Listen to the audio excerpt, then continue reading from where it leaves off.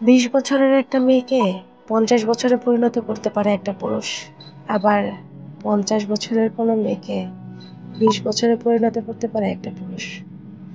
দুটোই কিন্তু একটা পুরুষই করতে পারে, শুধু একটা তার ভালোবাসায় আর একটা তার অবহেলায়। নারীরা ভেঙে গেলে প্রথমে তার চুলের যত্নটা ছেড়ে দেয়।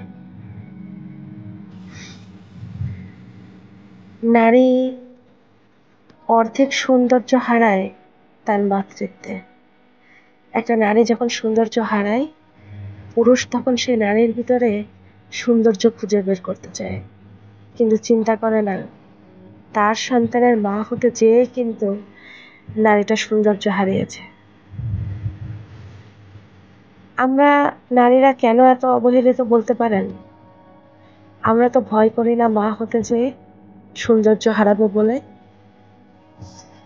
আল্লাহ তাআলা কত সম্মান দিয়েছে নারীদেরকে, আলহামদুলিল্লাহ।